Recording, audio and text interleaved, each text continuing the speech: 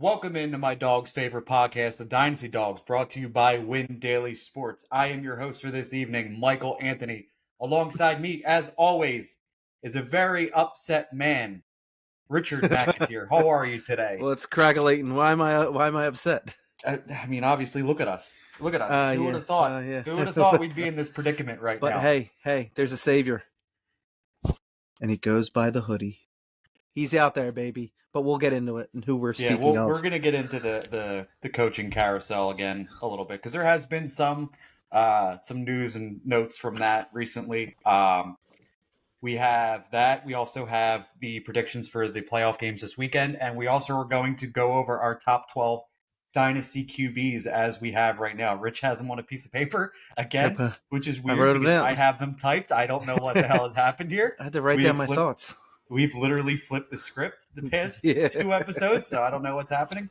Actually, Rich, I have an unfantasy football related question for you that I meant to ask off air because but I also kind of wanted to surprise you a little bit because I think this is a good question. Surprise. Yeah. I today saw the video of Alien Ant Farm's Smooth Criminal, and to me, that is the best cover of a song ever. And that's just like my favorite ever. What is your favorite cover song? Oh, man. Wait, that's the first time you've ever seen that? That's like older than like... No, but I haven't seen it in a while, is what I'm saying. That is probably my number one cover song. I'd have to say probably it's like a tie with Day to Remember. Any Day to Remember cover is really good. So like Cable Car by them and the Since You've Been Gone, I think that's better than Kelly Clarkson's version. But I guess anything by them. That's my number two. The Since You've Been Gone's my number two. Love that one. Yeah, Day to Remember, Since You've Been Gone. But how can you not love Smooth Criminal by Alien Ant Farm? To me, I prefer that better than the Michael Jackson version. Yeah, that's good. With a little bit of music, like guitar and everything in there, yeah. Yeah. I can agree. Now it's going to be stuck in my goddamn head. Dude, it's been stuck in my head all day because I annoyed my wife so much. I played it over and over again. Oh, boy. No, that's a good one. Yeah, it is a good one. But yeah, that was our little bit of a side topic for today. I'm sure we're going to get into about 45 more by the end of this. Let's start with the predictions for the games this weekend, the playoff games, because I think that's the biggest thing on everybody's mind right now because, there's still some fan bases in the playoffs, unlike us, unfortunately. But let's start with the first one here. We have the Texans at the Ravens. The Ravens are 9.5-point favorites. I feel like that's a little steep. Yep. I took, what did I take? I made a bet today. I took the Texans plus 9.5. I think it's going to be a shootout. I think it's going to be back and forth. I think CJ Stroud's going to give them a run for their money. He likes to throw the ball. And per my notes, he's 23 TDs and 5 interceptions, dude. So he doesn't throw picks that often. He throws the ball 4,100 yards this year. So he's going to throw the ball. He's going to throw it up there. Tank Dell's not out there, unfortunately, for him. But yeah, I think they're going to come out. I don't know. This might be a back and forth shootout. I'm not going to say they're going to win. I don't think so. I think Baltimore's just too good. And I think the Texans are a couple years, maybe 2 years away, but it's going to be close, and I would definitely take the 9.5. Well, I took the 9.5. So how about you? You say 2 years away, which is wild because who would have thought they'd be where they are right now? Right.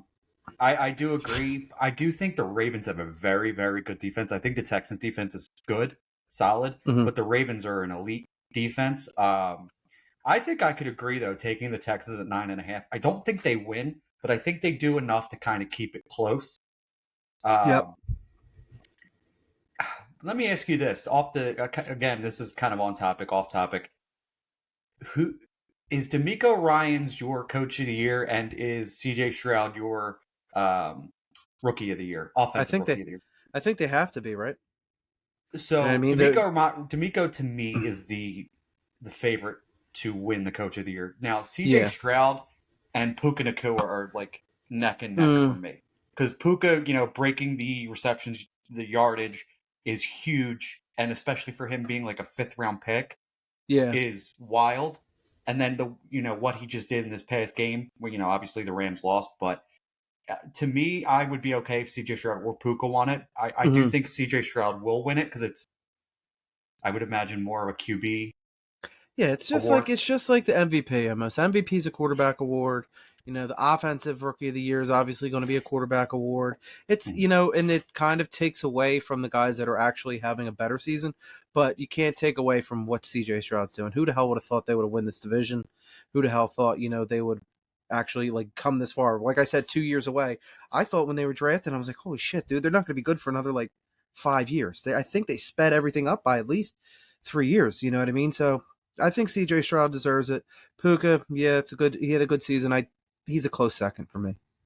Yeah, who would have thought? People were ripping the trade they made to get Will Anderson at the 3 pick. And he's been kind of quiet, right? No, he had a good season. He had 6 sacks. He had a really nice rookie season. He was a little banged up too. Okay. Because every time I hear defensive rookie of the year, it's always in whether it be national, obviously, or obviously local. I hear Jalen Carter, so I don't really haven't heard anything much from Will Anderson. But 6 sacks for a rookie is nice. Like I said, a little bit banged up, and he's a little bit smaller of an edge, so it's going to probably take him a little bit more time. But I really like him, and I really like that team right now. We're going to talk about their coaching staff in a little bit, but we both have the Ravens winning this, and we both have probably 9.5 is a little too high. The next game on the docket, we have the 49ers taking on the Green Bay Packers. This one's also 9.5, and the Niners are at home. What do you got? What did I take? I think I took them 9.5 too. Game, I think. Did you take 9.5 for the Niners or the Packers? I took Green Bay. Okay. Let me pull it up so I know exactly what I did. I think I did take them 9.5. And I think, honestly, out of all the games this weekend, I think this is where you could see an upset. Really? Yeah. This is one shocked. of. Why is that? I don't know. The way Jordan Love tore up the Cowboys last week, it was it was number one. It brought joy to my heart. Short-lived, obviously, but I don't know. I just think, dude, just watching him throw the ball, he looked on, dude. He looked on, and if he comes out with that same, fire, I think he could catch them off guard.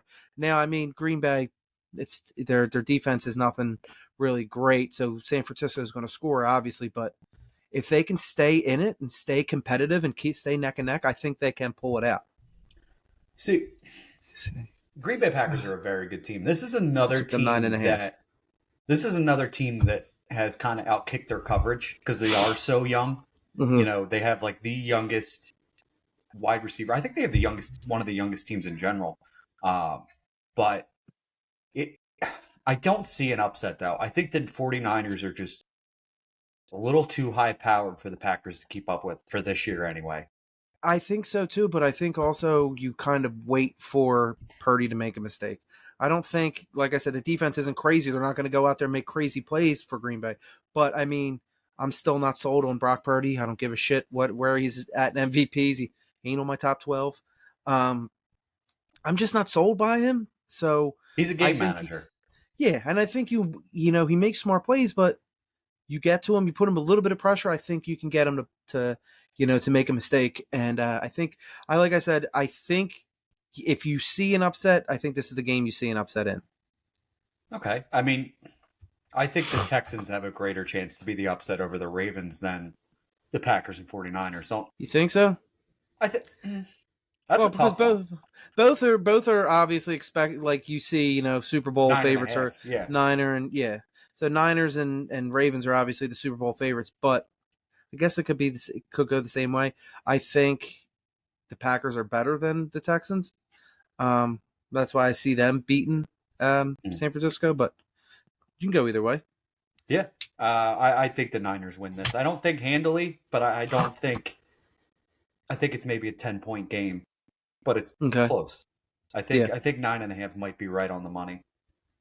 The next game we got is Tampa Bay at Detroit. That is a 6.5-point game. Yeah, 6.5. Detroit is favored. What do you got on that one? I took them -6.5. Detroit. Detroit's just a better team. Oh yeah, 100%. It's not the fact that Tampa's a good team that beat the Eagles. The Eagles played like shit. We all know this. We've been going through it for now 7 almost weeks. a week. Really 7 weeks. So it's not that like, oh my God, look how good they are. It's like you beat the Eagles who have been dead for 7 weeks. So right. I think Detroit comes out, they kick their ass, and move on. Good for Detroit. Yeah, good for Detroit is right. I think Detroit wins. 6.5 feels right. I think both of these quarterbacks are sneakily, and maybe it's not so sneakily, dynasty buys for this season, for this off season, going out and acquiring like a Jared Goff or a Baker Mayfield, especially for a contending team. I wouldn't obviously recommend this if you're rebuilding, but for a contending team, I think this is great. I think the Lions offense is just, obviously they're going to lose their coordinator, Ben Johnson, but there's enough weaponry for Jared Goff to continue the upward trajectory again that he's been on the past few years. And I think Baker Mayfield has done enough to probably get himself another contract in Tampa. Yeah, I think so. So how about those two guys? We thought they were both bridge guys. We both thought they were, everybody, let's be real, thought they were both dead in the water. Especially when, Jared Goff got traded, he was done. Baker Mayfield was, signed by the Rams, and then they made a little bit of a run, and then they let him go, and now he's in Tampa. Dude, I don't know. And he had a good season this year. He did. He won. Him, it's funny. Him and Jared Goff won me a championship this year. I had them both in a Superflex league, and they won me a championship this year. Well, they both like to throw the ball. So, I mean, all it takes is, connect them with a guy like Amon-Ra or Hall of Famer Mike Evans, and, you're in good shape.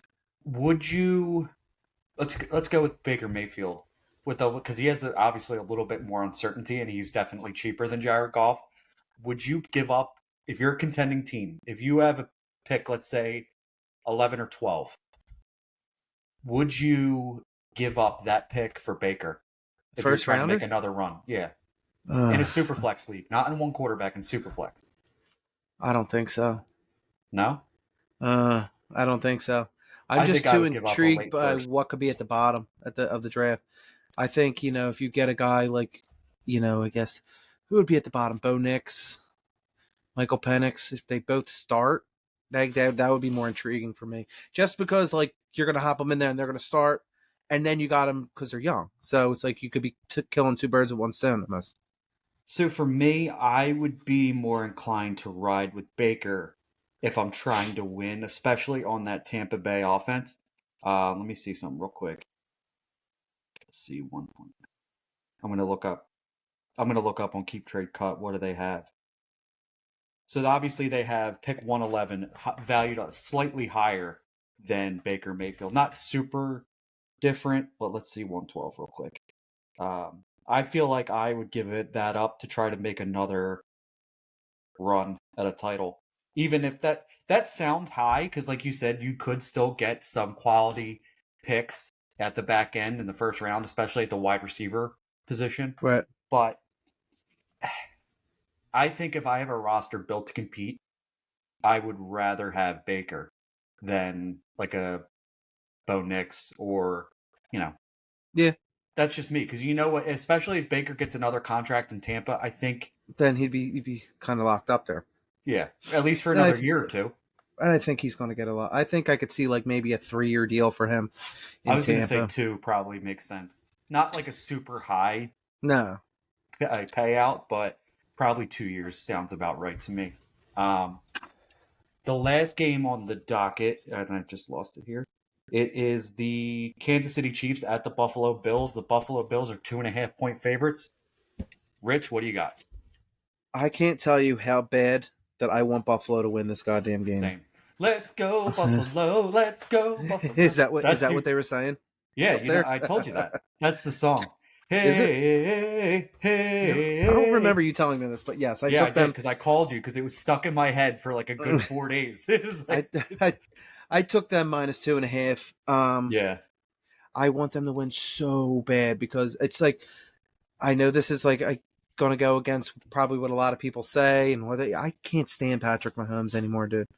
That's He's fair. turned into such a whiny bitch. I can't deal with it.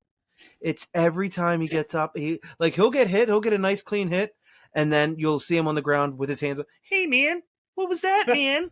And then like they throw the flag every time. It's like it's unreal that they're just like, oh wait, it wasn't a flag until Kermit, complains about it, and then it's like, oh here you go. And you know what? Another thing, I'm so tired of seeing Taylor Swift on the TV. I am. I can't. I'm done with it. I'm so tired of it, dude. It's whatever with the Taylor Swift stuff. It doesn't bother me. Of course, she's so cringy, dude. Who cares? I get it, but who cares? My thing is, I do agree with the Patrick Mahomes stuff. I also just would like to see Buffalo get one. You know what I mean? Like, yeah. How many times are they? Was it 4 years in a row? Like a couple hundred decades ago, where they had 4 that was Super before Bowls? our time. Yeah. Yeah, between that and the off field, like I said, Taylor Swift is too. I just can't deal with her anymore. Patrick Mahomes bitches and complains about everything. And how about when he broke shattered his helmet to pieces? Like they didn't need to take a timeout, or like they didn't stop the clock. Strange. Yeah, but like that's I mean, if that's Ryan Fitzpatrick, I don't know why that's the first thing they're going to call a timeout. But since it's Patrick Mahomes, oh no, we're not going to burn a timeout. And I mean, I see the narrative, and I hate that Andy Reid coaches his team because I love Andy Reid, but I can't stand Patrick Mahomes. Just because of how whiny he is, it's just really off-putting for me. And he's gotten like that progressively. But back to the actual game at hand, I think Buffalo wins. I think they come out and they kick them in the mouth and they finally move on. And I think this is finally when Josh, kind of ascends. Yeah. In playoff rankings, anyway. I do too. And I just don't know if Kansas City on offense, on defense are good, but on offense has enough to keep up with Buffalo. Like, the Josh Allen, Stephon Diggs tandem. Khalil Shakir has again in the playoffs started to look good. And yeah, well, he's going to get a run because Gabe Davis isn't playing again. Mm-hmm.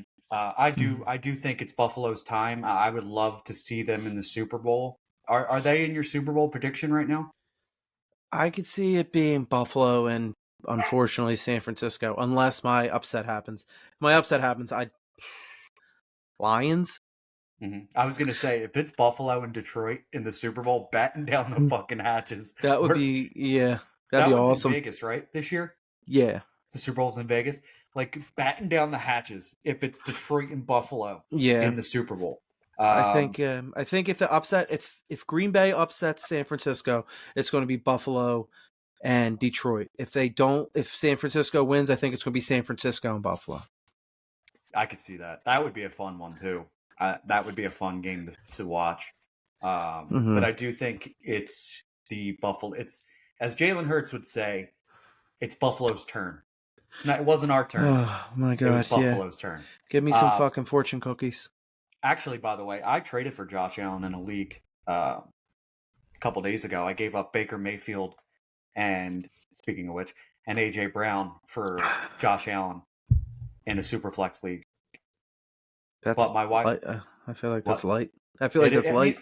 It is. It feels a little light, but for what you gave up, that's what I'm saying. Yeah, I know, but I'm like super excited about it because my wide receiver room, I think we've talked about it, was Puka, Lamb, St. Brown, and now I have Josh Allen at quarterback. You're set. Yeah, feels pretty good. Feels nice. I'm such a lucky boy, as you would say. I'm trying to make some trades, man. Yeah, I know. I want to get in the trade room. Actually, something we didn't mention, that was it for our predictions thing. But one thing we didn't mention is the Senior Bowl's coming up in 2 weeks. I'm going to be down there starting on Tuesday. I think Rich and I are going to try to work something out where maybe once while I'm down there, we could do like a live show or something like that. After the practices and everything are over, we'll figure that out when the time gets a little closer. But they just announced Michael Penix is going to be down there this week. And that's super exciting because of the quarterback play between him and Bo Nix and a couple other guys that are going to be down there, Michael Pratt, Hartman. It's going to be fun to see the wide receivers and quarterbacks on display down there in Mobile. Mm-hmm. So I'm excited for that. I'm excited for you. Yeah. Sad I can't go, but yeah, I mean, always next year. Yeah, always next year. And I thought it was strange at first. You and I talked about this, that they put Bo Nix and Penix on the same team. But then I thought about it, and it was like, one's going to get his reps in practice. You're going to see all that. And then the other one's going to come in and get his reps. And it's like, oh, it's kind of good to have them kind of like almost side by side. There's not going to be a couple hour delay between the two at practice. So yeah, I think that's good. And these are really guys who need the reps, because these are like the guys who are not the locks, obviously, not the, the Caleb Williams, not the Drake May. These are guys that, like, it's going to be a toss up. Who do I take when, say, Oakland's on the clock? Do I take, do I need a quarterback? Do I take, Penix? Do I take Nix? Who do I go with? And this will be a time for them to really see what they got. Did you see Daniel Jeremiah's mock today? No. Daniel Jeremiah had so Penix was not in the first round. He didn't put out. I don't think I saw a second round, but he had Bo Nix going in the first to the Saints, and that was a little surprising. There was a lot of. Sorry, hold on. I'm trying to Google it. Yeah. He really looked out for our dynasty rosters in this one. So Mock 1.0. Yeah. So off the top of my head, it was Caleb Williams to the Bears. It was Drake May to Washington, Daniels to the Patriots, Harrison Jr. to the Cardinals, Rome went to the Chargers, then Neighbors to the Giants, right? Yeah. And then where did Bowers go? Mm-hmm. That one I don't remember. 15 to the Colts. See, that was on our mock last week. Remember, I had him going to the Colts. I like that. Yeah. Bo Nix was, I think, the next one that goes to the Saints, right? Let me see. Fantasy relevant. I think he was 14. 13, 14, Bo Nix, yeah.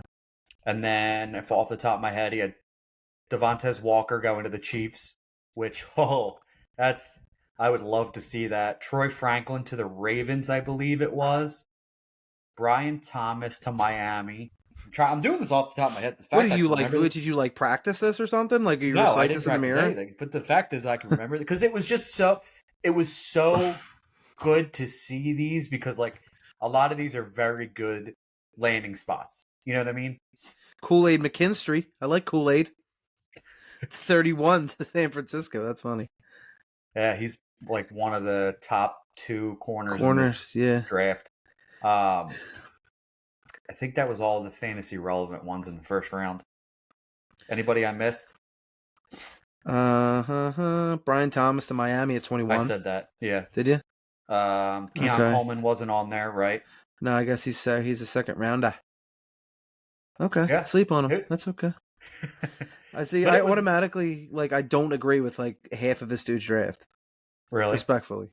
I mean, you got Vegas taking the name I can't read. I apologize. Offensive tackle for Penn State. You're taking an offensive tackle. They don't have a quarterback. I mean, they're not really in a spot to get one. 13. They take Bo Nix at 14.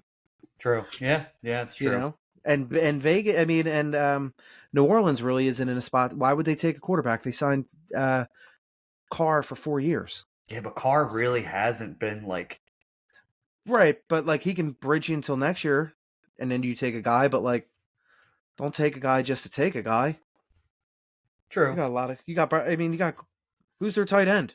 You got Juwan Johnson. I think he's older, and I think Jimmy Graham. Jimmy Graham just hopped out of fucking Model Sporting Goods and is like, oh, I'll play now, and then got hit by a car or something. I think Bowers going 15 is really low for him. I think he's going to go higher than. I think he's going to go to the Chargers at 5. I don't think Jaden Daniels goes 3 to the Patriots. I just don't think that happens. Okay. I think Nix goes before Daniels. Whoa. I don't know about that, buddy. I don't know. He's got the dual threat ability. He's a Heisman winner. I don't know. He won the Heisman. Yeah, dude. I mean, the Heisman Trophy, whatever. He just whatever the Heisman. But I think that's what propelled him up to that height. He had a really good season, though.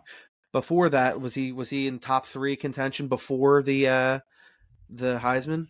No, I mean, well, this, what he was doing this season put him in the top 3 contention, or at least a first rounder. Fucking Matt Leinart, I think, won. Did Matt Leinart win the Heisman? I think so, yeah. Yeah. Okay. Like, it's whatever. I just don't. I personally, I don't think if I'm 3 and I'm the Patriots, I'm like, wow, Marvin Harrison Jr. is there. I'm going to take Daniels. I don't think that happens, especially if you can get Penix in the second round. Maybe. I think Marvin Harrison is generational. You know what I mean? Marvin Harrison is going to be ridiculous on whatever team he goes to. Is going to be ridiculous. I don't think you can look at him and be like, yeah. I think I would prefer him in Arizona, though, Kyler. Obviously. Then yeah. Well, whatever happens in New England. I want him in New England, in the AFC. Yeah. I mean, that part I agree with. But this is a mock 1.0, so. Yeah, we'll see. We'll see what happens. It's all going to change, especially with the Senior Bowl, like we were just talking about. A lot of these guys are going to either elevate their draft stock or it's going to drop a little bit. You know what I mean? Right. Yeah, they got the Eagles taking an offensive tackle, which that's not happening. So speaking of the Raiders, they hired Antonio Pierce as their no longer interim head coach, but their permanent head coach, which I think was the absolute right move. I don't know if you agree with that. Yeah, I agree with that. I like him there. I think the players really respect him and play for him. Max Crosby said he would request a trade if they didn't do it. So that's what I was going to bring up. Yeah, I think that's perfect. He deserves it. Max Crosby saying that, Devontae Adams has come out and publicly supported him. I think that was huge. They went 5-4 when he took over, when they were 3-5 with Josh McDaniels. So that's a pretty nice turnaround for 9 weeks. The team looked better. He looks like he's a leader of men, which is what you would want. And it looks like, he was able to get those guys going. He's a player's coach. Yeah, he's a player's coach. And I think that's what the Raiders need. You know what I mean? Yeah. They need somebody to coach up because they don't have a whole lot of talent. They have a few key pieces, but they need a guy who could coach those guys up to be the next, to get them to the next level. Yeah, for sure. So I saw today, we're going again with the coaching a little bit, that Belichick had a second interview with the Falcons, and Jim Harbaugh is going to have a second interview with the Falcons. I absolutely hate the idea of Belichick in Atlanta for Bijan Robinson's dynasty stock because that dude has never ran the ball. Well, not only he's run the ball, but with 18 different running backs at a time. Yeah. And it's dude, come on! Please, just let us have. Yeah, that's kind of why we got rid of I stay away from New England guys. Yeah, same. Let us have this. We just had to deal with Arthur Smith, not giving him the ball. Please do not bring Belichick there to do the same thing over again. I would like Harbaugh there, though. I do think he ends up in the Chargers though. If he leaves Michigan, I think it's right now he's odds favorite to go to the Chargers. I was looking it up. Come out. He was the odds favorite to go to the Chargers. I would like that spot for him too, and I think that's kind of been the sentiment, is that he wants to be with Justin Herbert, and they want him to be the coach for Justin Herbert. So that would be great. I think that would be a good matchup. That'd be good for him. In Atlanta, they don't have a quarterback. Desmond Ridder stinks on ice. I think either one he could kind of coach. I think he would find success or find ways to make success there. But I think the Chargers would be the better spot for him. Yeah, so I think the Chargers and the Falcons are the top 2 landing spots left. Obviously, I mean, nobody's really signed anywhere, but I think they were the 2 top locations for coaches because of just the talent the Falcons have and Justin Herbert on the Chargers. Now they are in cap hell. So if Harbaugh goes to Atlanta, where do you think Bill Belichick goes? Do you think he goes to Los Angeles? Maybe. That'd be kind of up in the air. I think the Commanders are trying to make a play on him too. I thought they said they weren't interested in him. I thought that too, but then I saw something a little bit ago that they were. Who knows? I mean, I think everything's a smoke screen right now when it comes to coaching. I like the guy, the offense coordinator for the Texans, Slowick. I think Mm-hmm. he could be a nice head coach for somebody. Ben Johnson from the Lions, he could be a good head coach. Those two guys are still in the playoffs. They're only Mm-hmm. having virtual meetings right now, and they're not going to commit to anywhere at this point. Right. Uh, I think it would be weird. What if Belichick goes to Carolina? I don't think I could see that there. See, That's I don't weird. think I could see that either, but I feel like he would have the most control in Carolina. He probably would, but I mean, I think he's just like what 17 wins away from all time wins, and That's he's true. thinking about that. So That's true. I don't think I could see him going there. That's why I'm like kind of surprised at Atlanta. Why is Like I that? don't like I because they stink. They have a good team. They need a quarterback. Yeah, but you're missing. Yeah, right. You're missing the most vital piece of a fucking Well, football did team. you? So you say that, but I saw today Kirk Cousins would look to go with Bill Belichick, or he wants to be coached by Bill Belichick. So what if Kirk Cousins is the quarterback for the Atlanta Falcons next year? Then I think it kind of flips it on its ear. Then, what They're pick where are 8. they? What is it? I was going to say, what's their pick? They're pick 8 And, again, 2 years in a row. and who they got? Who they got? Who they got? Who's he got them taken? 3, 4, 6. Okay, an edge rusher. Okay. They could use that too, though. Yeah. They could use that, but I think they need to get a quarterback, whether it be like a Kirk Cousins or try to move up in the draft and grab one of the top 3 guys. I think that's possible. I think they could Mm-hmm. do that. I think Atlanta and, like I said, Atlanta and the Chargers are the 2 hot spots right now. Yeah. Yeah, I could see that. I'd be intrigued by Tennessee as well, but yeah, there's pieces there. I think the ownership in Tennessee is kind of a red flag um, to a lot of coaches. yeah. It seems like, because look at how Vrabel went out. Mm-hmm. Not only that, like, I think the organization has their hands in the pot a little too much. You know what I mean? The AJ Brown trade, you could tell Mike Vrabel didn't want Was that at pissed. all. Yeah. Yeah. Last thing on the coaches, it seems like Nick Sirianni is going to be back as the head coach for the Philadelphia Eagles. I know you aren't I'm too pretty thrilled with excited. that. I'm pretty excited, but you know what? My excitement, you can look at it this way. My excitement is like a rain cloud full of rain, and it's over a field, and there's seeds with flowers Oh waiting to be God. rained on. And I think my excitement, as I get more excited, I rain down on these seeds, and the flowers begin to bloom, and the roots begin to dig into the ground. That's how excited I am about Nick Haiku Sirianni. That's how excited I am. Yeah, it looks like he's back. It looks like Yeah. they are going to revamp the coordinator. Hopefully, revamp the coordinators. I do see Brian Johnson has had several head coaching interviews, which I don't know how that's happening, but I mean, So the more I look at it, the more I read about it, is like I think kind of Nick and Brian Johnson kind of butted heads with things, and I don't know if it's Nick that's actually fucking things up, or if it was Brian that was fucking things up. So the couple hours before the game, and I fucking hate this as an Eagles fan. It's every year. There's always something that happens towards the end of the season. Some damn report comes out, and some snake in the grass puts something out there. It's like, I sent it to you. They were like, offensive players have no idea who's calling the plays between Ben Johnson and Nick Sirianni. And that's an issue. That That is is a an issue. big issue, dude. That's a That's huge a big issue. Right. And you just see, like, you see guys like, who was, I forget if it was AJ or Devonta that would said, that they're going out there and they're kind of they're making like audibles almost of calling their own plays because they don't agree with the play that's coming out. That number one says they lost, that Nick lost the locker room.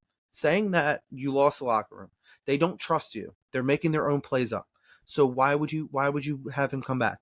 Mm-hmm. My other big issue would be, okay, so you fire Brian Johnson, you fire Matt Patricia or Dasani Water, whoever the hell it is, and then you bring in 2 new offensive defensive coordinators. They do really well. We go undefeated the whole year. Make it to the Super Bowl, whatever. Win the Super Bowl. then they get plucked for head coaching jobs. So then it's like a revolving door. It's like a circle. It's a circle and a circle and a circle, and it goes around and around. So then you're looking for more coordinators that are going to do well. So why not just get the guy who's going to do well in the head coaching position, have him calling the plays, having a sound guy at that position, rather than try to keep replacing. Because I feel like firing Nick Sirianni after a bad 7-week stretch, which we agree that was fucking awful. I think firing him is an overreaction to 7 weeks than it is to his past 3 years as a head football coach. I can agree with that, but he already lost the locker room, and once you lose that, you're not getting it back. He lost the city as well. Like, this is a lot. So, like, you can't try to sell me Nick coming back, running back again, which they didn't do. They didn't. The past 7 weeks were like, it was brutal. It was like noticeable that they gave up. Like, we've had some cave-ins before, but nothing like that. Right. I've never seen anything like that. No, I mean, I don't disagree. I still feel like, yes, he did. It does seem like they lost the locker room. I do feel like there was some internal issues going on. I do feel like it can be fixed, though, because there were several players that came out and defended Nick, like Fletcher Cox, the guys that are not going to be here next year. Yeah, I know, but he's still well respected. Yeah, but he's still well respected with Jeffrey Lurie. He's still, Jalen Hurts really didn't give the most glowing, response. No, because Jalen comes out and he just speaks in poems. That's what he does, and it's like. So I like Jalen. He's our quarterback. He's our guy. I've turned around a lot on him from year one. You know this. But, it's those same things that you think, wow, that's cool with Nick and with Jalen, that when you start to lose, they get really fucking annoying. Right. Like, it wasn't our turn and you gave me a crumb. Stop talking like that. Stop talking. If, you can talk that way in another city that doesn't know dick about football, but please stop talking to me like I'm an idiot and I don't know what the hell I'm talking about, because I could see right through it. You're not going to be, it wasn't our turn, and the standard is, we got to play to our standard, and we got to keep the main thing. Like, shut up, dude. Right. Like, what are you in, like, a fucking Nike commercial? Like, I get you're a Jordan athlete, but, like, dude, seriously, just talk. Talk like a human being. Stop talking like a fortune cookie robot. And I hate that shit so bad. Well, let's not make this a whole big Eagles episode, because let's get into our top 12s. Are you ready? Do you want to go with your first two? Oh no. You go first. No, I'll let you go. Okay. Yeah. You go first. What a gentleman. Speaking of not a scholar, Eagles. but a gentleman. Not an Eagles episode. My number, what are we starting with? Number one? We working front to back or back to front? What are we doing? 1 to 12 or 12 to 1? So I feel like most people don't go 12 to 1, but do you want to do that, or do you want to go? What do you want to do? That's actually something we didn't talk about. Let's spice it up. Why are we doing the? What's that? Let's spice it up. Let's go 12 to 1. Okay, all right, because that's gonna screw me up. But okay, go ahead. Go 12 and 11. 12 and 11. All right, my number 12 on my list would be 22-year-old Anthony Richardson. Okay, I know that's your boy. He showed a lot of promise coming out. He looked like to be the guy. Mm-hmm. Then he got hurt, and then you kind of maybe forgot about him a little bit.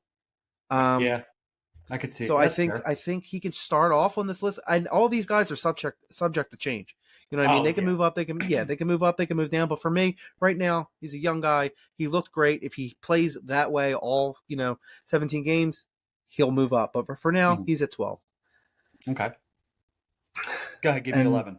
Numero 11 would be Tua Tagovailoa. Okay, I'm not far off from you on that one. Okay, cool. So he's probably he's in your list. That's good. He's 25.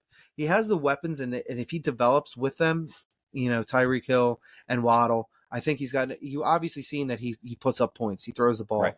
I can give you all his numbers. 388 completions, 4,600 yards, 29 TDs, 14 interceptions, which is high.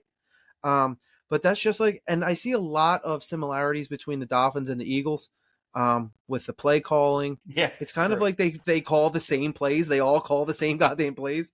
But if he can figure that part out, I think he's got a he's got some room to go. But I like him at 11. He surprised me this year because I thought he was going to be a fucking a vegetable after last year. There those we all seen those still shots of him, and it's it's not funny, but like he took some headshots, and I'm surprised he made it through the whole season. So, there's only up from here. Yeah, see, I have both of those guys on my list still, so I don't really want to go too in depth of what you just said because, like, I still have stuff to say as well. My number 12, probably going to hurt you a little bit. I'm sorry to do this to you, but number 12 for me, is Trevor piece Lawrence. Of shit. Oh, you piece of shit. Trevor Lawrence, man. You know that video where it's like, where she pulls something down, she goes, "You're good, but I'm waiting for you to be great." You ever see that video where she's got like that little pyramid thing? You're like, "You're good, but I'm waiting for you to be great." That's what I feel like we have been waiting for Trevor Lawrence to be for so long. Not for so long. He's only been in the league for 4 years. But it feels like forever. It feels like forever because I feel like the Urban Meyer thing kind of like slowed everything down. Right. And then last year was a really good year. I believe he finished as quarterback 9. And then this year he finished as quarterback 13. But it didn't feel good.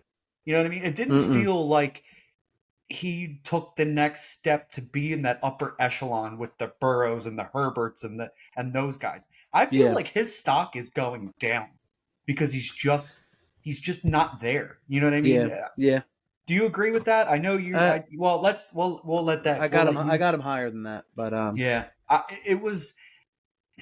I think, and it's funny, but I think the generational talent thing that we've been waiting for is still going to get him in this top 12 thing. But like, I feel like we're close for him falling out than moving up, if that makes sense. This year was a big disappointment because if you remember in the beginning of the season, I thought he was catapulting in the top 5. But I think I can't get too much into him because I know he's still on my list. So I don't want to give the reasons why I think he's going to go higher. But I think I think this year.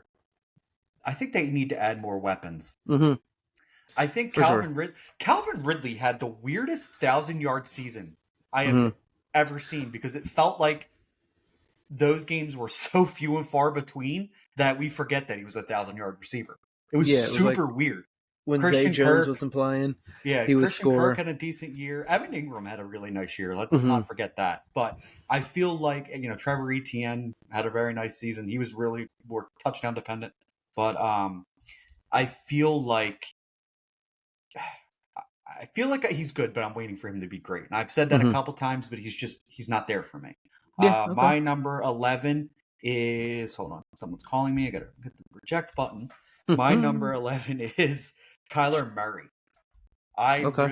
So I think that there's a strong possibility Kyler ends up with Marvin Harrison Jr. And I think that will bring his stock up. But Kyler obviously didn't play most of the season. He came in towards the middle half, week 9, I believe it was. From week 9 on, he had an average of 18.9 fantasy points per game, which if you would have gone by average, he would have finished as QB9 on the season. Solid. You know what I mean? For only playing half the year. But that's just based on average. Like if he would have had a full season, I think he would have been in the top, obviously, like I said, the top 10. So I would like to see them. That team seems like it's on the good trajectory as well. If they add like a Marvin Harrison Jr., I think Kyler could end up being in the top 5 just because of the weapons around him and the rushing ability that he has. But I just want to see a full year of him again because of the ACL injury and everything like that. Right. I want to see what they do in the draft. I think he's safe, though. I don't think they move on from Kyler at this point. Yeah, it was kind of weird. Like in the beginning of the season, they were like, oh, I think he's moving on. And now it's like they're with him. So who knows? Can go back and forth. Who's your number 10? Where are we at? 10 and 9. 10. So you talked about, moving down on lists. I got number 10. I got Joe Burrow at 10. Wow. Okay. Yeah, I mean, actually, I'm not that far off, but 10 seems low. I'm seriously considering calling him injury prone, dude. Every year and he's 27.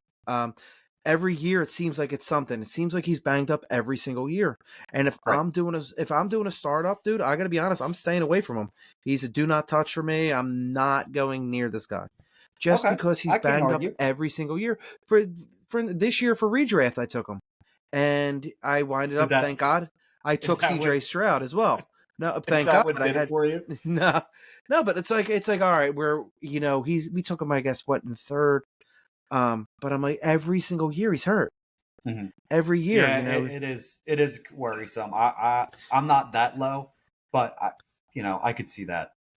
Yeah, it's just I have to stay away from him. He'd be almost like in the ilk of me being in the position of drafting a running back from New England. I'm staying away. Isn't it super strange that he's 27 years old? Yeah, I thought he was a lot younger than that, but So did I, dude. yeah, It's so he's weird. not that much younger than I am. Well, Yeah, it's just that was super weird. who's your number 9? My number 9. He's got a game. What, tomorrow? Sunday. That'd be Jordan Love. Ooh, I like that. See, he would have been an honorable mention for me. Dude, this year, like, I wasn't really high on him, like, Right. all year. I'm I like, liked nah, him. dude. I think you Nah, and I'm I went like, back and forth on whether we yeah. liked him or not. He was like, he's all right. He's all right. But, like, that, like I said, that Dallas game kind of won it for me. Like, the Mm-hmm. way he puts the ball in the receiver's hands, dude, I think he's got a chance. He threw for over 4,100 yards this year. He did, which is crazy. 32 touchdowns, 11 interceptions. Well, she's throwing the ball a lot. So, I mean, 32 and 11 is not bad. That's kind of crazy. I really think he turned a corner. I just think, he could be the guy in Green Bay. Yeah, the But Packers may have did it again. dude, for the love of God, Green Bay, draft a fucking weapon. Would you draft a weapon, dude? Right. I really was going back and forth on him. I wanted to put him in. He would have been at 13 for me. Okay. I wanted to put him in. I want to see another year because we talked about it. Like I said, I liked him, and then he looked really strong in the beginning of the year, kind of died off in the middle, and then picked up again towards the end. I would like to see another season. Okay. I do think that trajectory Jesus, is up for him. The stock is up for Jordan Love. I think he very well could be in my top 10 in the middle of this offseason, just depending on what the Packers do in the draft and what they look like the next few weeks. You want me to give my 10 and 9? See. Okay. My number 10 is going to be Tua Tagovailoa, the quarterback for the Miami Dolphins. Nice. Yeah. So I think the community right now is super down on Tua based on what happened against Kansas City, and I'm not ready to completely bury Tua as a quarterback. You read all the stats off.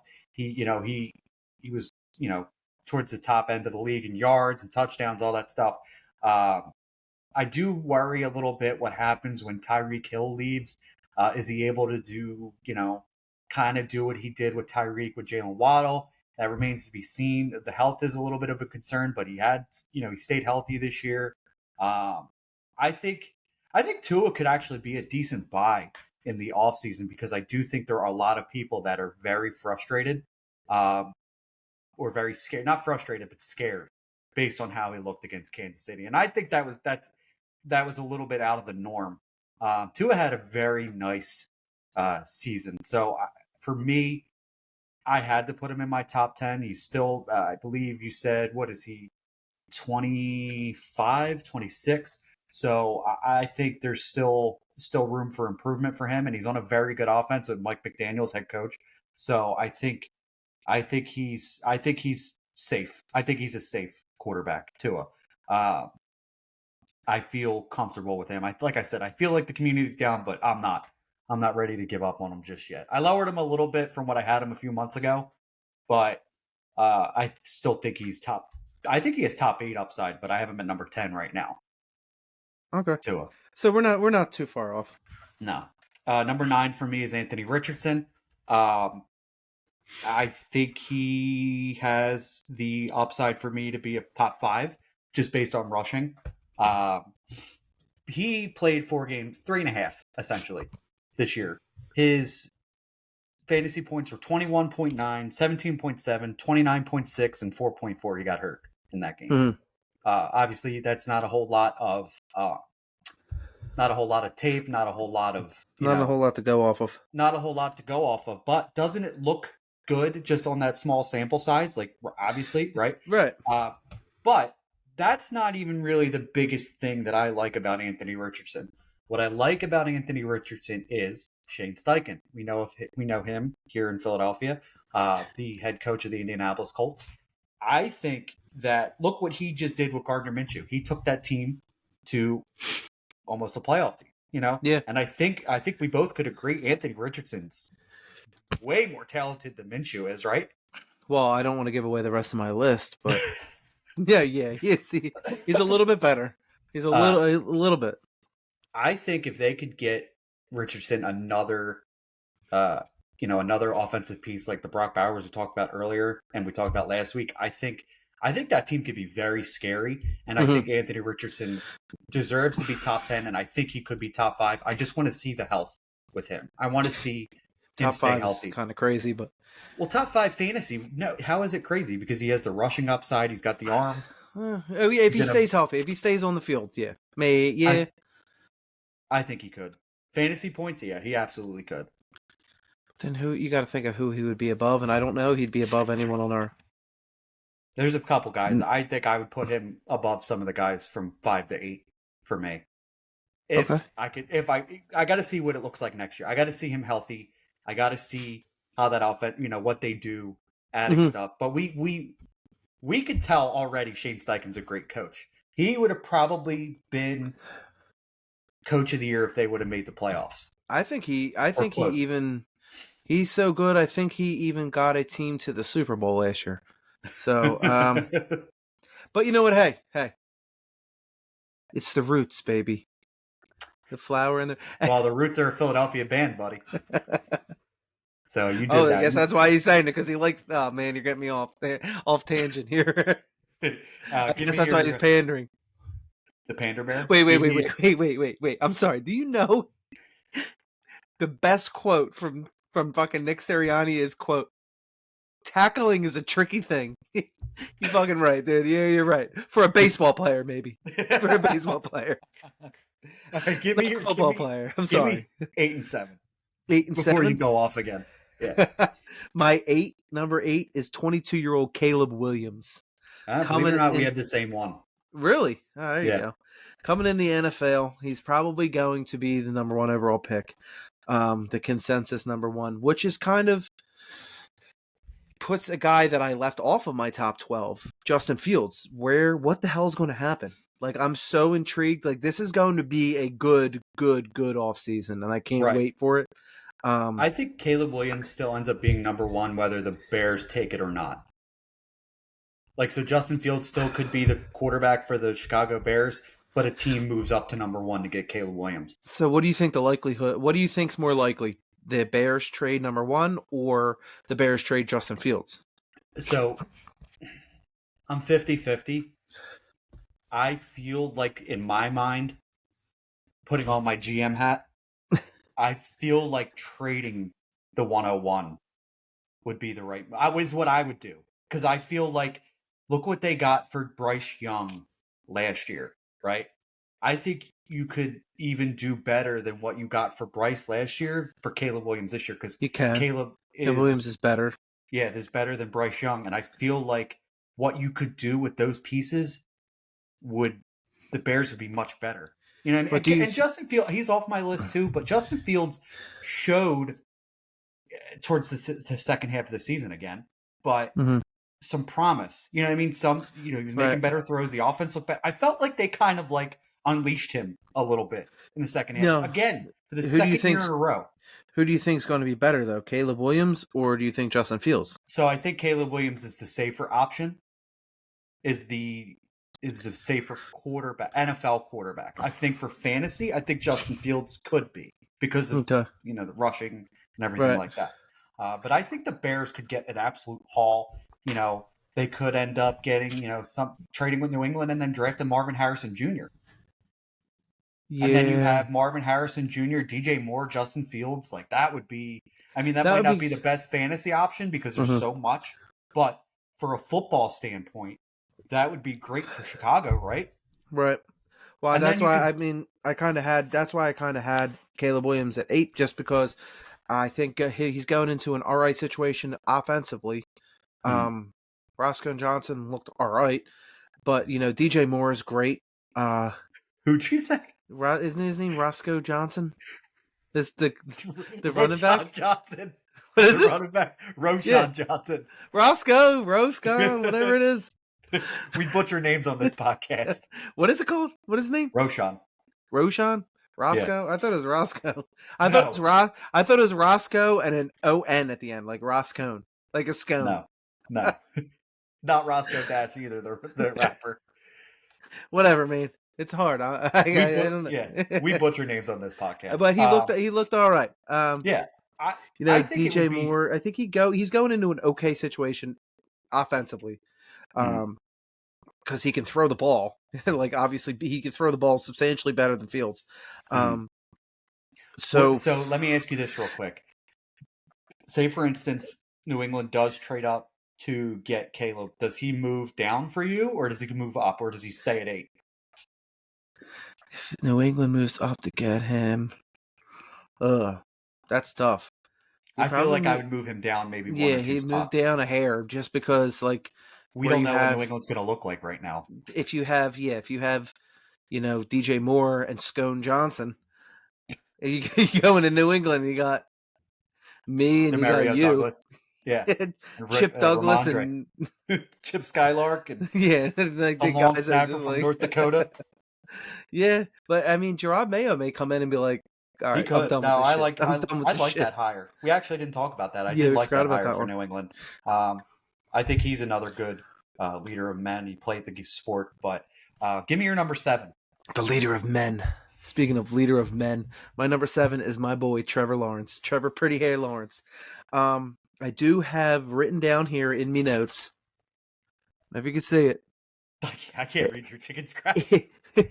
This is a make it or break it year for Trevor Lawrence. This is it, dude. And it pained 100%. me writing this. I'm like, no, dude. I'm like, no, please. But this season is like, you've done this.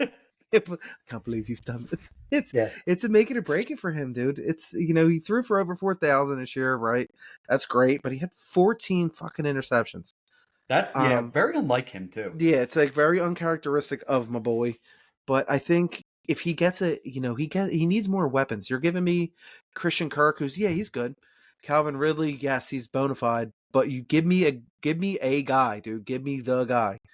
I feel like don't give me the overpaid Christian Kirk. You know what I mean? I feel like they need a Zay Jones, but a healthy Zay Jones, like a field stretcher. You know what I mean? Yeah.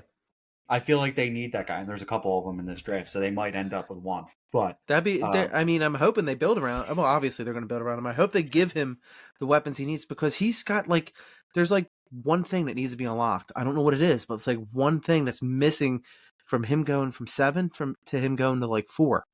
Is it? You think Doug Peterson? No, Are we starting to get a little nervous at Doug again? No, Doug's my boy. I wish he was still here. Shut up. Let's get into my 8 and 7. Caleb, like I said, Caleb was number 8 for me for all the things you said. The generational talent speaks for itself. Copy and paste. Yeah, copy and paste what you just said. Just again, it depends on really where he goes. I would like to see him in Chicago, but I would hate to see him in New England. I would also believe it or not, as an Eagles fan, I'd hate it, but in Washington, that wouldn't be a bad spot either. So it all kind of depends on what happens, but he's got the talent to be in our top 10, Number 7 for me is a guy you mentioned, Joe Burrow. What scared me about Joe Burrow is the injuries, like you mentioned. Right. Again, another season-ending injury. But it's so hard to look past how good that Cincinnati team is when he's playing. Him and Jamar Chase are probably the best duo in football.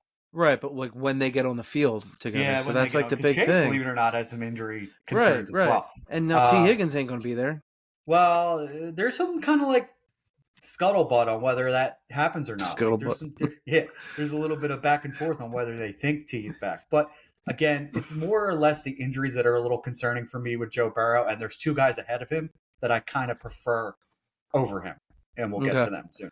You want to give us your 6 and 5? I believe we're at 6 and 5. Yeah. Let me see. So I wrote all this in pen, and then I like scratch. I'm like, oh, he doesn't belong here. No, he doesn't belong here. Yeah. So I have like 1, 4, 7, 9 on one page. 6, 6, 9. Feeling real fine. But 6 and 5, said, right? So real quick. I think you and I talked about this.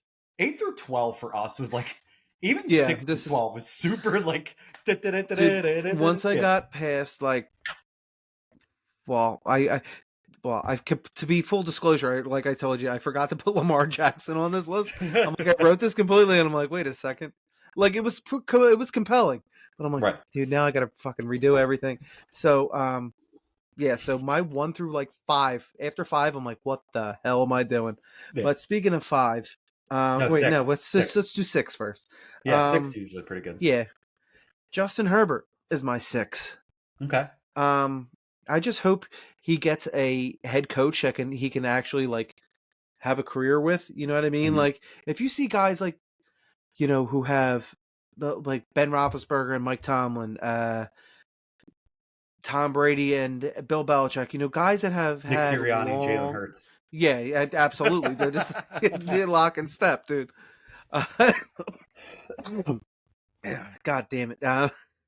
No, if he gets a guy that can actually like knows how to coach football, unlike that dipshit, Staley he had before, and whoever the hell it was before that, if he gets a guy to grow with him and who knows football, like maybe say Jim Harbaugh or my boy Belichick.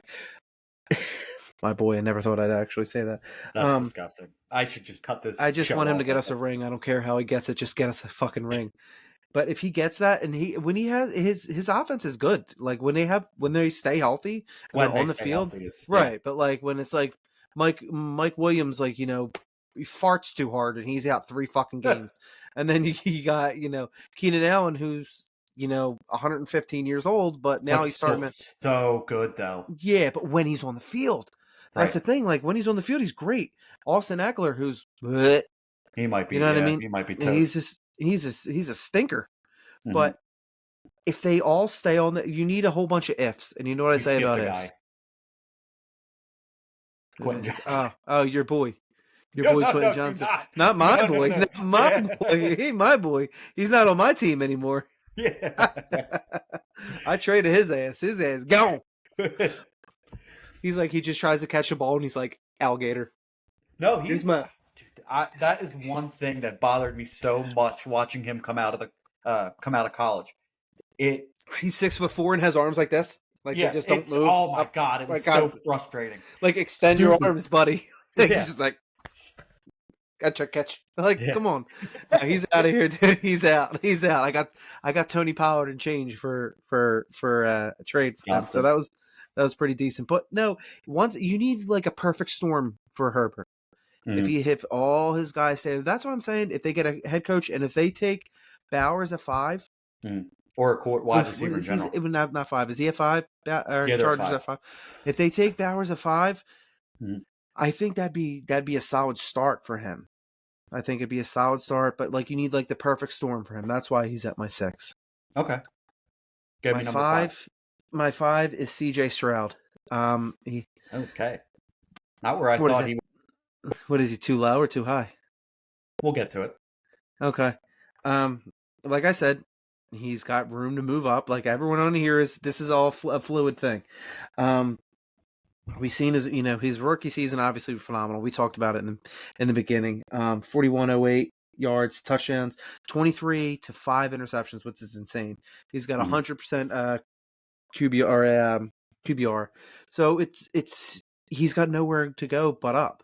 Mm-hmm. And I think starting at 5 after his rookie year it says something. It's pretty. But there's guys on this list that have had a bigger resume, multiple years. Yeah. That's really the only thing that keeps him at 5 for me. Is this was 1 year for him, whereas my next 4 guys are, they have a longer resume. That's it. So for me, I'm not going to give where I have Stroud yet, but 6 and 5 for me. So 7, 6, and 5 for me. I have in the same tier. So this is like the three of these guys can be interchangeable for me. Don't you take a cop out? Don't you take a cop out by having them all be the same number? No, you got them 6 and 5. Who are your 6 and 5? 5 is better than 6. 6 for me is Lamar Jackson. Okay. Again, Lamar. So people were worried about health with Lamar because he was never available for our fantasy playoffs, and this year he did it, and he looked great doing it. Again, for me, it's just mostly the injury concerns for Lamar. The rushing upside is there. I want to see another year of healthy Lamar, and again, he could be another top 5. I know I keep saying this, but he could be another top 5 guy easy. And again, it's 6, not far off, really. And I imagine you still have Lamar to come. I have Lamar to come. I mean, hey, if you put everyone in tiers and you put them all in the same tier, they can all be top 5. True. Good point. So that works out. True. That works out. But yeah, I think at 27 years old, Lamar still, I feel like Lamar's been in the league for so long, and he's been. I just got completely confused by what the hell you just said. So Joe Burrow is like 2 years in the league. I feel like I've seen Lamar Jackson in the league for like 7 years. I'm getting so confused at what the hell happened. Isn't it super confusing how like they're the same age, but I feel like Lamar's been in the league for like 10 years, and Burrow's been in for 3. It's one of those things where you see this happen at the same time as this, and you're like, what the hell? It was like the same thing when I found out Dalton Kincaid and Kyle Pitts are the same age. When the hell did... Yeah, that's weird. Wait, Lamar? But yeah, Lamar for me is number 6. Number 5 for me is a guy you had 18. At 6 is Justin Herbert. Okay. Justin Herbert for me is at 5. Everything you mentioned, I really want to see... What? Go ahead. Sorry, I don't mean to screw you over. To screw you up. Joe Burrow is older than Lamar Jackson. That's super strange, isn't it? Yeah. I'm like, what the hell is going on here? But yeah, number 5 for me is Justin Herbert. Everything you mentioned.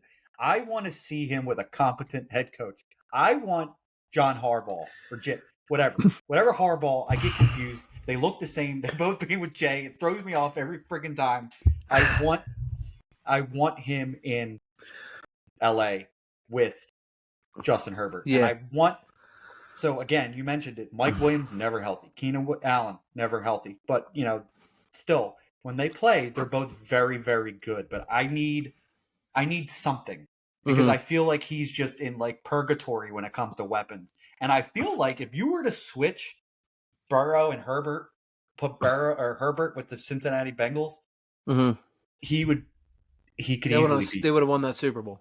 Yeah, I think maybe. You think so? Yeah. You are so by talent. Those two by talent, who do you prefer? Herbert. Yeah, same. I think Herbert's better. Yeah, I think coming out, Joe Burrow had a lot of hype around him for winning he won the national championship. Yeah. Yeah. He also had a lot of weapons. And still does. Which another thing, Lamar Jackson was drafted in 2018.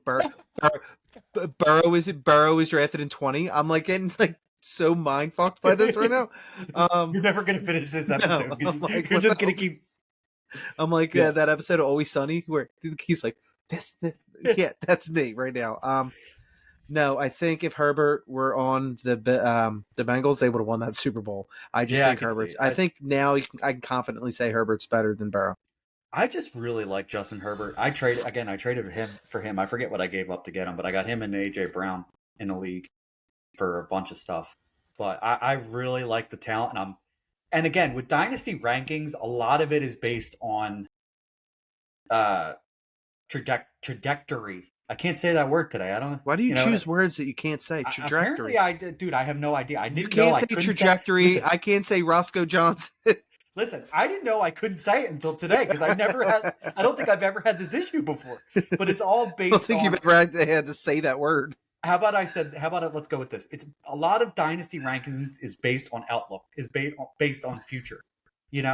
What are they going to do in 3 to 5 year window? Yeah. Get your crystal ball out. I'm hoping this crystal ball that I'm putting out has talent and coaching around Justin Herbert because I don't want him to be like a Kirk Cousins, like very, very good, but like, yeah, Kirk Cousins before Justin Jefferson. But yeah, I don't want him there. You know what I mean? I don't want him in like QB purgatory. Keenan Allen's getting old. Mike Williams is pushing 30 and always hurt. Right. And you drafted Quentin Johnston, who has had 2-inch arms. So who really knows what the hell's going on? All right, you want to give us your 4 and 3? Foe and 3. All right, 4 would be Lamar Jackson, who's okay, 20. I like that. Who's 27 years old. Did we talk about his age when he was? I don't know how I possibly forgot about the guy who's going to win the MVP. He should, I think. Yeah, he's going to win the MVP.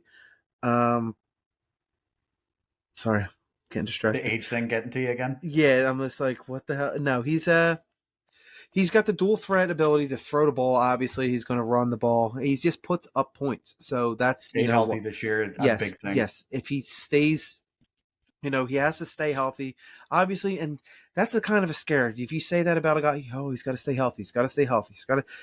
That means you got to kind of stay away from him. You know what I mean? But like that's why it's hard to pass up that right. Like if you're at 4 and he's sitting there, take him. Yeah. But then again, it's like if Joe Burrow's sitting there at 7, I don't take him. Really? Okay. I think at 7 I would. Like in a super flex league, I think I would. I think you can get a better guy. Okay. More reliable. Yeah. Okay. I don't hate that.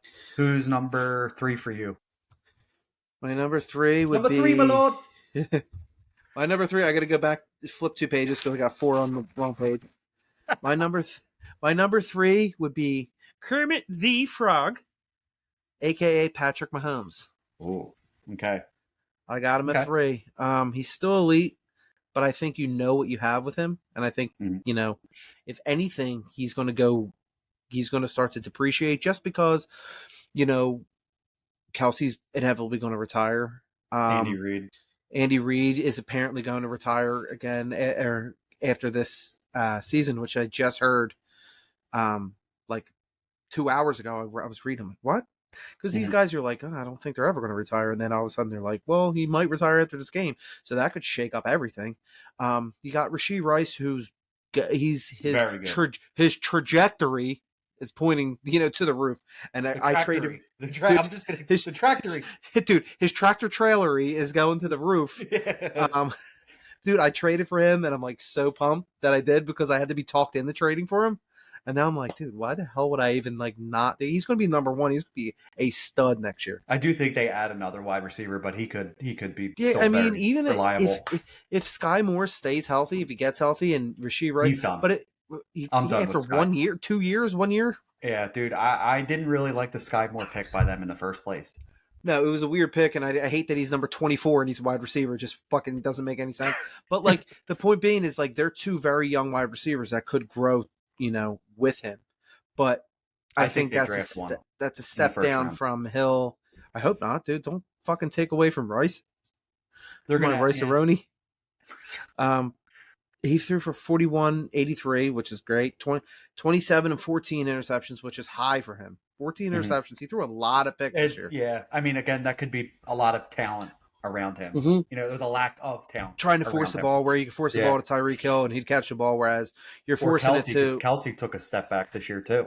Yeah. Yeah, you're trying to force the ball to, say, Tooney, and... He sucks.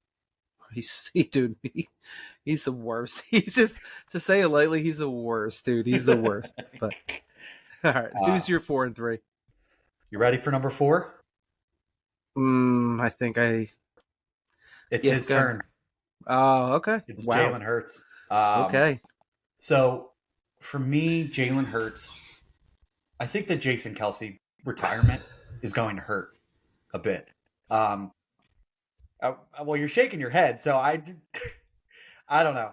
I feel like Jalen Hurts at number 4 feels right for me because I feel like the tush push is either going to be taken away or the loss of Jason Kelsey is going to affect the tush push. So in 2 years, Jalen Hurts has scored 18 touchdowns off the tush push. He had 15 rushing touchdowns this year. So let's say, for instance, you take off 9 rushing touchdowns from Jalen Hurts, or 9. Let's go with 9. 9 rushing touchdowns from Jalen Hurts in a 6-point rushing touchdown league. That would be 54 points. So if you were to take 54 points off of Jalen Hurts' total this year, he would go from QB2 to QB6. So I think there's a possibility Jalen Hurts' fantasy output could take a step back next year, depending on what happens with Kelsey, depending on what happens with the offensive line. We'll have to see.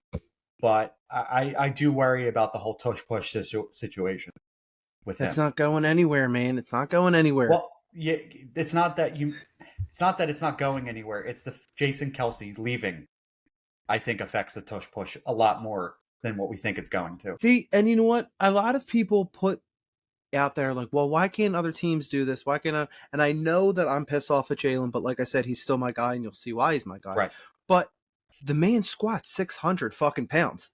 The man squats Jason Kelsey and Lane Johnson. Like there's not guys who can do that. That's the reason why it works. That's the reason why, Tua's not doing it, because he ain't squatting that, dude. The guy is strong. But those teams also don't have Jason Kelsey that is able to snap it and get low and help Jalen get through. So if anything, then who are they going to have? Cam Jurgens or Lane Dickerson? We don't know. Man, either way, you're learning from the best center ever to play football. But like I was saying, hopefully if they take it away, it rubs off on him.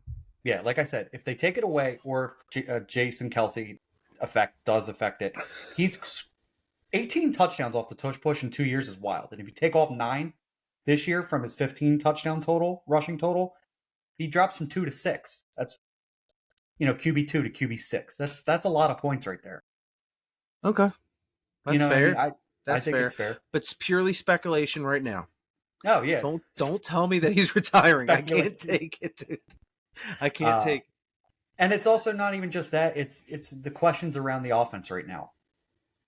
Mm-hmm. And by the way, let's get this out of the way. AJ Brown is going to be back. I don't want to hear this shit where he's such a stupid, so fucking stupid, dude. I hate it, dude. You give someone an inch and they take a mile. It's well, he wasn't here. He was at a boxing match, dude. What do you think he goes? Do you think he goes home and someone like flips a switch off and he goes, "Boo"? He's a human fucking being, dude. Like, I hate it so much. It's like I hate when people are like, "Well, he can't go." He's a human being. He's a person. Right. Stop being a fucking weirdo. Like, what do you think? He just goes home and like football. Like, no, he's a human. Like, let him live.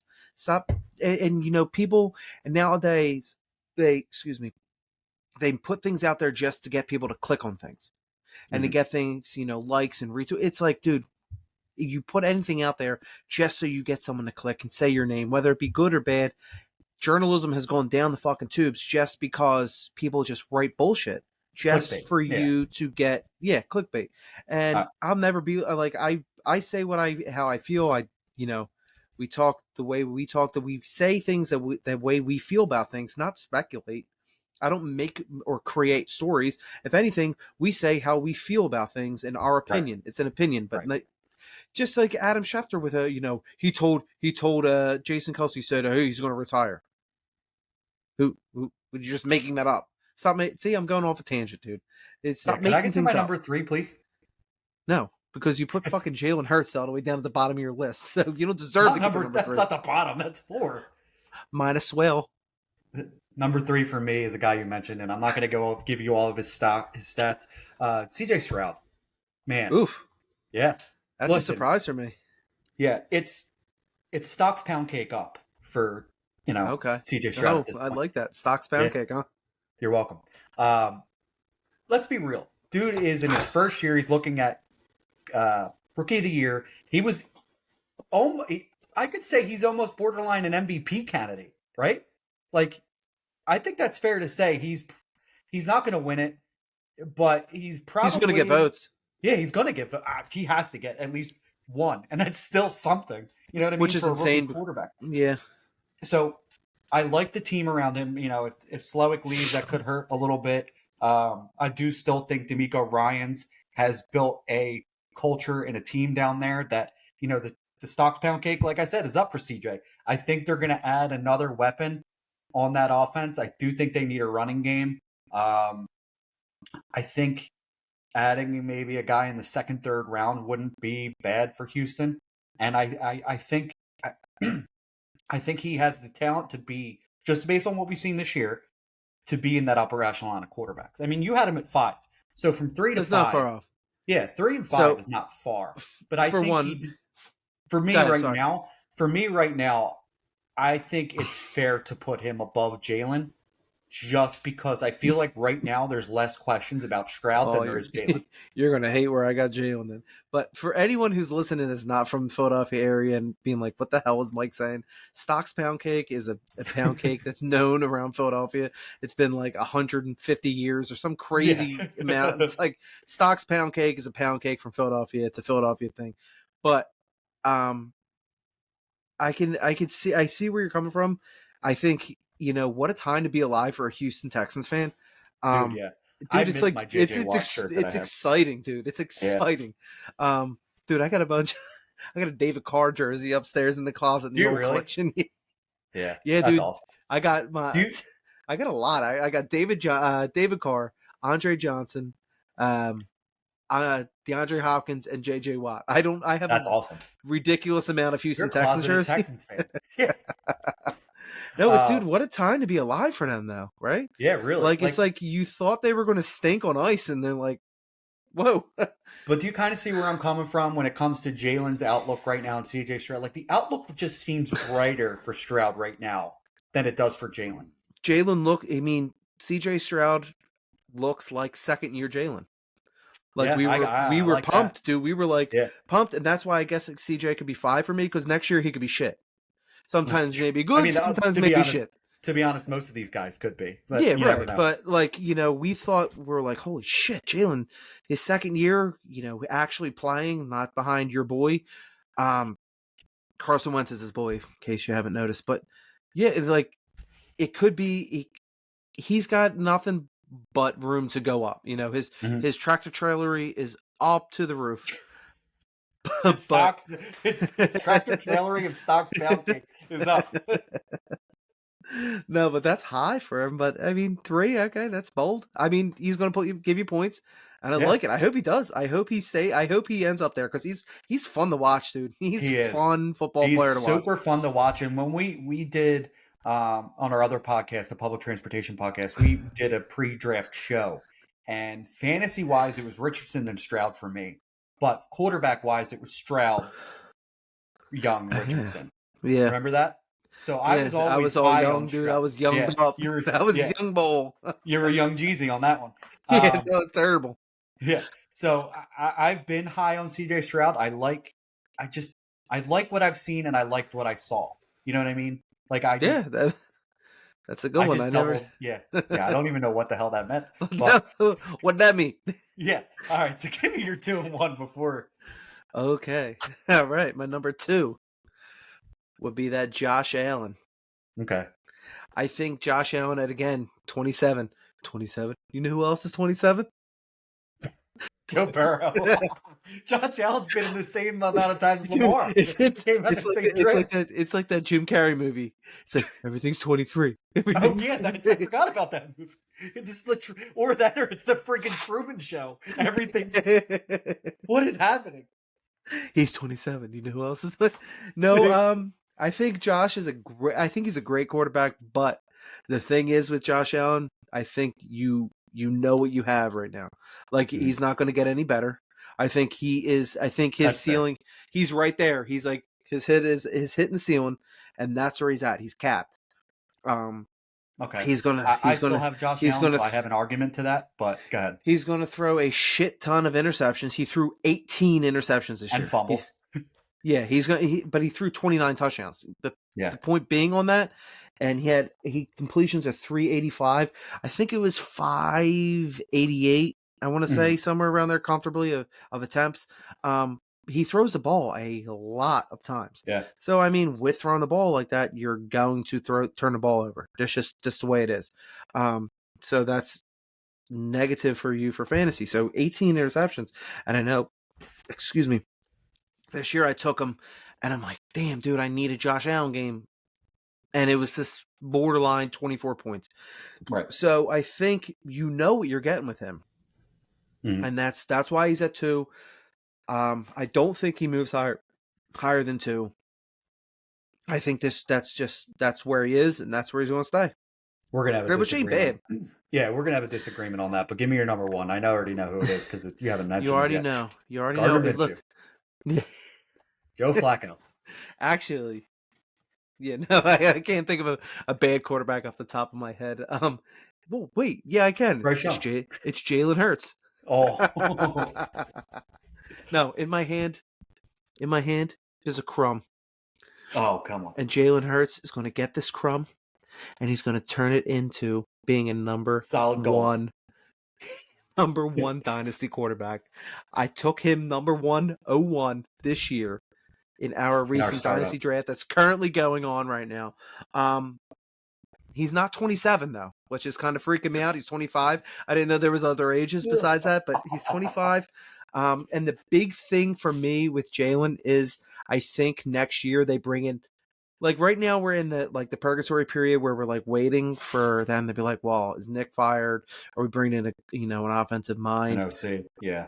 I think if they do bring in an offensive coordinator, it's going to be like this guy. I hope it's like a fucking 60-year-old man who's been in the NFL for like 40 years. And it's like, this works.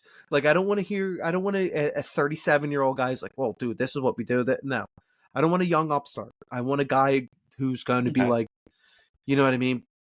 Not like one of Jalen's friends. Right. Like what do they say in Remember the Titans? I run a strict offense. It's like Novocaine. It's strong, but it works. That's what I want. That's what I want, dude. That's what I want. And I think that's what's going to happen. So like that's got me intrigued. And if he goes back next season, he could be second year Jalen. True. That's why I got him there. You got him at number 1. I mean, I can't hate it. I like I said, I have him at 4. But you're not wrong. I know you're 2-1. Well, you have to know who 2-1 is. I haven't mentioned. No, but I don't know who your 1 would be. I think I know who your 1 would be. It's Brock Purdy and Baker Mayfield. No. Oh, there you go. Number 2 for me is Patrick Mahomes. Okay, then I know I was correct. Yeah, so I think Patrick Mahomes is pretty much as consistent as they come. He's going to get you a top 8 finish. He's been in the top 3 in scoring for quarterbacks the past several years, except for this year. He was, number 8, but I feel like that, I feel like they'll get the ship right. 4 in 2021, 1 in 2022, and 4 in 2020. So the outlook for Patrick Mahomes is pretty simple. He's going to be an upper echelon fantasy scorer. Mm-hmm. They just have, like I said, they just have to right the ship on the offense. It's getting. It looks a little bleak right now, but I think no matter what they do, they're going to be all right. I think Patrick Mahomes is still an upper. As much as he's annoying right now, he's still an upper echelon quarterback. But my number 1, I think, is going to be a little surprising for you, or maybe not, is Josh Allen. No, I'm not surprised.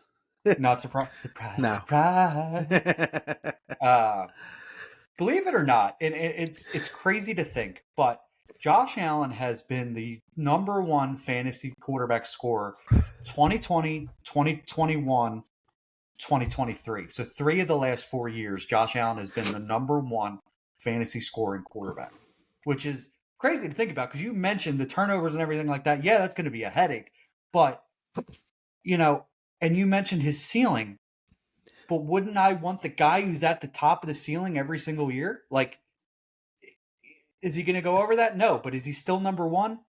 110%. I agree, but I think Jalen's ceiling's higher than. Is it? Yeah, I think he's a better runner. So that I think pushes it over. And like for a throwing, we got Jalen had 23 touchdowns, Josh had 29 interceptions, 18 to 15. Okay. But with the rushing ability, I think that pushes him over. What were they rushing? Because you have them in front of me. I didn't write it down. I didn't write the rushing down. Okay. No, I just threw the passing out. Josh Allen shit on him for passing yards. He had 43.06 to 38.58. But I think if with those, him getting a different offensive coordinator, and the rushing, I think that pushes him over for over Josh.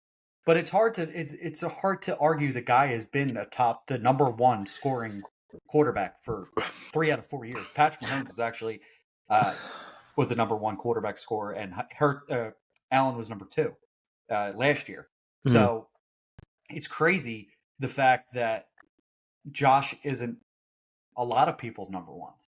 You know what I mean? And I don't think he's got that far off either. Like I don't think it separates. Like you're number 1 and number 2. Like I guess you're at the elite tier at that point, right? If you average their points per game, you're only going to be off by what, like 2-3 points. And I don't think he's only 27. Oh my God, you know who else is 27? Joe Burrow and Lamar Jackson. God, what's happening? I have Josh Allen number 1, and I think he stays in that number 1-2 punch quarterback for the next couple years. I don't see that slowing down. No, I don't think so either. I can't do worry though. By the way, now that I think about it, the only thing I do worry is what happens with Stephon Diggs. What happens with that offense?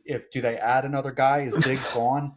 Who knows? But I mean, if they win the Super Bowl this year, I think Diggs stays. But he seems like the kind of guy who gets very, very frustrated easily. Yeah. So he's a diva. Probably should have kept Justin Jefferson, but. Well, that's like, is that the most even trade ever in like NFL history? The Bills and the Bills and Vikings that wound up being Justin Jefferson. Justin Jefferson, and well, you know what, dude, I can't even look past it because thank God we took Jalen Reagor. We could have had either of those, but we had Jalen Reagor. That's okay. That's great. Dude. Caleb Williams is probably one of the Caleb Williams bombs at Jalen Reagor. Oh no, that's gonna be awesome. But yeah, that is probably one of the most even trades in the NFL history. You know, essentially Diggs for Jefferson. Yeah, that's pretty much what it was. I would now. I mean, you can only say hindsight, but I mean, I think Minnesota won that trade. I mean, yeah, but it's like, is it really that far off? You know what I mean? Just by age standpoint, I guess. Yeah, I mean that's it. But because I don't think Stephon Diggs is 27. I think he's older than that. Probably is. But all right, so there's our top 12. A little bit of spice, a little bit of arguments, but I mean, actually, we really didn't argue that much. I don't think we were that far off on most of ours. So I agree. I mean, we're not. Yeah, our list isn't like that far off. So we're like right in the same realm. I knew you were going to have Josh Allen at 1, which that's fine. I mean, number 1 and number 2 are kind of interchangeable for me anyway. Mm-hmm. Like I said, but Josh and Jalen, I think, are only separated by like 2 or 3 fantasy points, in my opinion. Yeah, maybe. Like you're going to get games where somewhere like, Jalen's going to get you 28-32. The next week, Josh will get you 28-32. So it's like really like back and forth. I can see that. Yeah, that's fair. Yeah, that is fair. Again, that is our top 12, and we are going to end the episode on that note. This is the Dynasty Dogs, brought to you by Win Daily. I am your host, Michael Anthony. You could find me at Dynasty Dog Mike on X-Force or Twitter or X or whatever the hell it's called. And you can find Rich at Dynasty Dog Rich on X. We will be signing out. No, it's actually written on the left side on my screen. You're pointing to the right. On my screen, it's on the left. It's on my left, or the trajectory should be that way. The tractor trailery is. Look that up on Twitter, and you'll find me. You can contact me and ask me questions. Yeah. All right. Well, that'll do it. You guys have a great night, and we'll catch you next week. Peace.